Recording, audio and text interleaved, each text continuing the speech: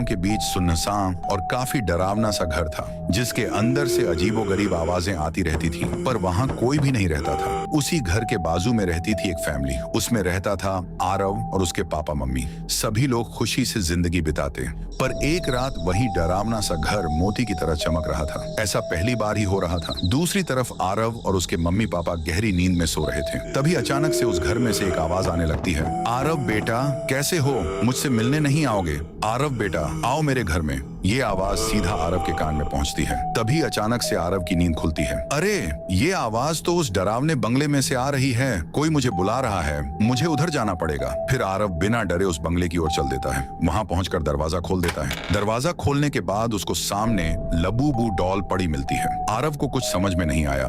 वो सीधा जाकर उस लबूबू डॉल को उठा लेता है और उसको अपने घर में लाकर बेडरूम के कोने में रख देता है। आरव को वह डॉल बहुत पसंद आ गई। फिर आरव चुपचाप जाकर सो गया। कुछ घंटों बाद सुबह हो जाती है। ये सुबह आरव के लिए धक्कादायक साबित हुई। बिस्तर पर आरव के मम्मी पापा के टुकड़े मिले।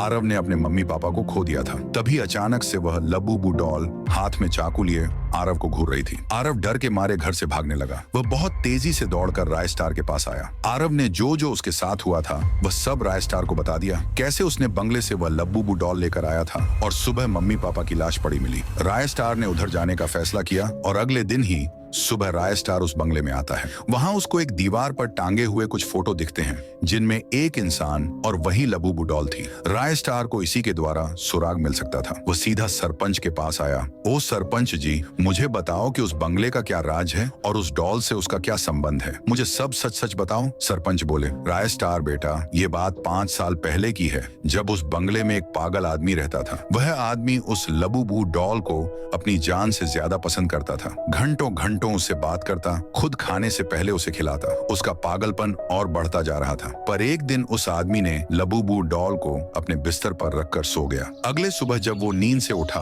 तो बिस्तर पर वह लबूबू डॉल नहीं थी। डॉल नहीं मिलने पर वह बहुत परेशान हो गया। तब वह उसको घर के कोने कोने में ढूंढने लगा। उसका गुस्सा 7वें आसमान तक पहुंच गया। कुछ घंटों बाद उसके घर के बाहर एक बच्चा मिला, जो उसी लबूबू डॉल के साथ खेल रहा था। फिर क्या था, आदमी ने हाथ में चाकू लिया और सीधा उस बच्चे का सर धड़ से अलग कर दिया और खुशी खुशी अपनी डॉल को वापस ले आया। ये सब बात जब गांव वालों को पता चली तो गांव वालों ने उसे एक पेड़ पर उल्टा टांगा और उसका भी सर एक कुल्हाड़ी से काट दिया। और ये सब उसी लबूबू डॉल के सामने हुआ था।